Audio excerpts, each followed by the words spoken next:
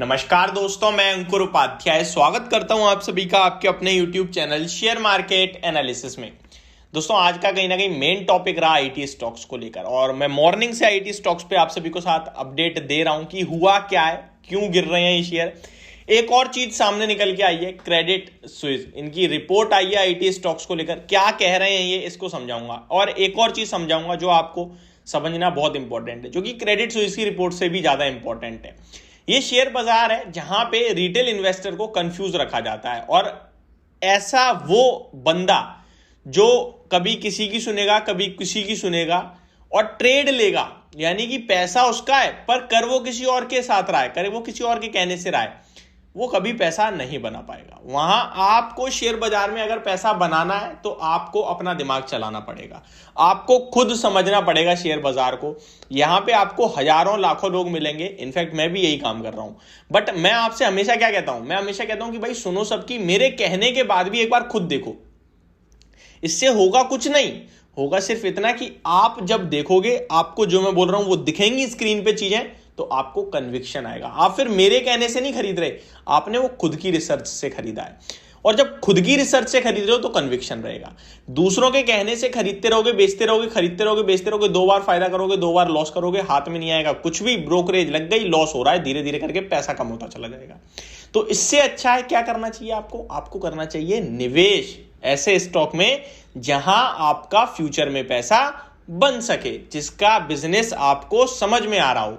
ये सब मैं क्यों बता रहा हूं, वो इसलिए क्योंकि जैसे हम लोग कभी किसी की सुनते हैं, कभी किसी की, और हर बंदा अलग कहता है ना, वैसे ये बड़ी बड़ी ब्रोकिंग कंपनीज भी ऐसी हैं, ये ब्रोकरेज हाउसेज जो हैं ये भी ऐसे ही हैं। अच्छा समय देख के बड़ी रिपोर्ट निकाल देंगे, खराब समय देख के खराब रिपोर्ट निकाल देंगे। या फिर आप ये कह सकते हैं कि स्टॉक का समय जब खराब होता है तो जिसकी रिपोर्ट खराब है वो वाली उठा के मीडिया चैनल्स आपके सामने पेश कर देते हैं।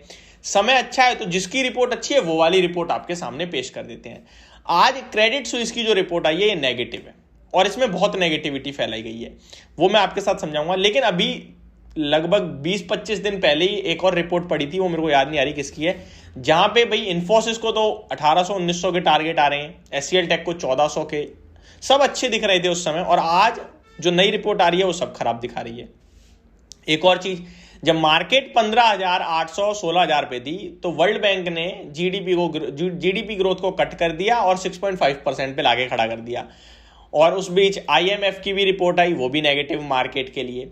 चलिए, बहुत बढ़िया बात है। अभी मार्केट लाइफ हाई पे, वर्ल्ड बैंक ने रिपोर्ट निकाली और जो जीडीपी ग्रोथ है उसको ऊपर कर दिया, 6.5 के सामने 6.9% पे कर दिया।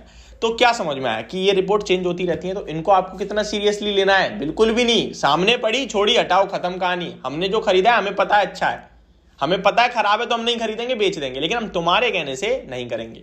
अब क्रेडिट स्विस क्या कह रहा है इसको समझाता हूं और समझने की कोशिश करिए आप। क्रेडिट स्विस आईटी स्टॉक्स को लेकर कह रहा है कि भाई ये स्टॉक हो गए हैं ओवर वैल्यू, अब हो गए हैं, वाह जी वाह।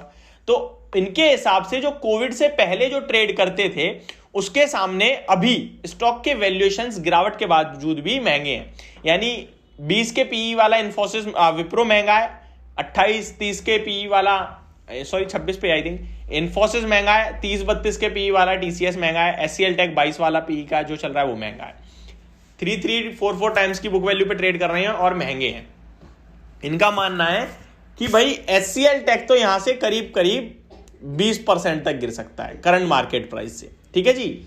और अभी मार्केट प्राइस जो एचसीएल टेक का वो 1050 है, यहां से मैं 20% निकालता हूं तो ये आपका हो गया लगभग 1050 है, तो ये मान लो 200 रुपये मान लेता हूं मैं, ठीक है, राउंड फिगर में लेते हैं, तो यानी 850 रुपये का लक्ष्य हो गया। चलिए, बहुत अच्छी बात है। मतलब एचसीएल टेक की बुक वैल्यू मैं एक बार चेक करना चाहूंगा, फिर आपके साथ शेयर करूंगा तो ज़्यादा समझ में आएगी बातें। ऐसे हवा में बात करने से भी मज़ा नहीं आता ना, तो जो दिख रहा है स्क्रीन पे वो बता देते हैं। एचसीएल टेक की बुक वैल्यू कितनी दिख रही है यहाँ पे, 226 रुपीज़ की, यानी कि हो गया आपका कितना, 3.5 टाइम्स की बुक वैल्यू पे हो गया, ठीक है। चलो, तो ये एचसीएल टेक को कह रहे हैं भाई 3.5 टाइम्स की बुक वैल्यू पे ट्रेड करेगा, ये नॉर्मल है। अब आते हैं दूसरे स्टॉक पे, विप्रो में ये कह रहे हैं कि यहाँ से 15% की डाउन साइड देख रहे हैं हम। 400 ले लेते हैं, राउंड फिगर में 400 की क्लोजिंग है, तो ये इसका 15% हो गया आपका 40 + 20 60, यानी 340 रुपीज़, ठीक है जी। 340 रुपीज़ का हो गया। और 340 पे कितना बुक वैल्यू कितनी है इसकी 130, 340 की बुक वैल्यू के हिसाब से 130 हो गया, अराउंड 2.5 टाइम्स की बुक वैल्यू। तो 2.5 टाइम्स की बुक वैल्यू पे विप्रो मानते हैं, मतलब एचसीएल टेक 3.5, ये 2.5, बहुत अच्छी बात है। आते हैं नेक्स्ट स्टॉक इन्फोसिस। इन्फोसिस में भी ये अराउंड 15% की गिरावट देख रहे हैं और 1570 रुपए पे बंद हुआ है, यानी कि ये भी आपका कितना हो गया 210-20 रुपए मान लेते हैं हम इसको राउंड फिगर में 15%, तो हो गया ये आपका अराउंड 1400 ले लेते हैं, 1370 लेके चलते हैं, 200 रुपए घटा दिया हमने 1370, ठीक है। और इसकी बुक वैल्यू कितनी आ रही है स्क्रीन पे, इसकी बुक वैल्यू आ रही है 190 रुपए की। 190 के हिसाब से हो गया आपका अराउंड मान के चलते हैं कुछ नहीं तो 6 टाइम 2 हो गया, 6 to 7 टाइम्स हो गया, 7 टाइम्स की बुक वैल्यू पे ये ट्रेड कर रहा है। इन्फोसिस 7 टाइम्स पे ट्रेड कर रहा है। टीसीएस में भी ये 15% के करीब की गिरावट देख रहे हैं। टीसीएस के स्टॉक को देखते हैं, टीसीएस 3200-3300 मान के चलते हैं और 266 की बुक वैल्यू है, यानी कि ऑलमोस्ट 10 टाइम्स से भी ज्यादा ट्रेड कर रहा है, 12-13 टाइम्स पे ट्रेड कर रहा है। तो इसको ये यहाँ से 15% अगर नीचे भी लेके जाऊंगा मैं तो 2900, तो भी ये 11 टाइम्स पे, यानी ये टीसीएस को 11 टाइम्स पे देख रहे हैं, इन्फोसिस 7 टाइम्स पे, विप्रो 3.5 और एचसीएल टेक 2.5। तो ये किस रेशियो के हिसाब से कह रहे हैं, मेरे समझ नहीं आ रही हैं चीजें। आपसे इतनी विनती कहूंगा कि ये रिपोर्ट को पढ़ें और छोड़ें, बस इससे ज्यादा कुछ भी ना समझें। ये रिपोर्ट आती रहेंगी, स्टॉक अगर दोबारा चलने शुरू होंगे रिपोर्ट बदल जाएगी, ब्रोकिंग कंपनी बदल जाएगी और रिपोर्ट अच्छी हो जाएगी, बस सिंपल है। मेरे हिसाब से क्वालिटी स्टॉक है, आपके हिसाब से क्या है कमेंट करके बताइए। क्या आपको लगता है कि गिरावट में आईटी स्टॉक्स में निवेश करना चाहिए या आपको लगता है बेच देना चाहिए, वो आप बता दीजिए। मुझे जो लगता है मैंने आपके साथ शेयर करा। होप आपको वीडियो समझ और पसंद आना होगी। Thank you so much for watching this video. Have a great day guys.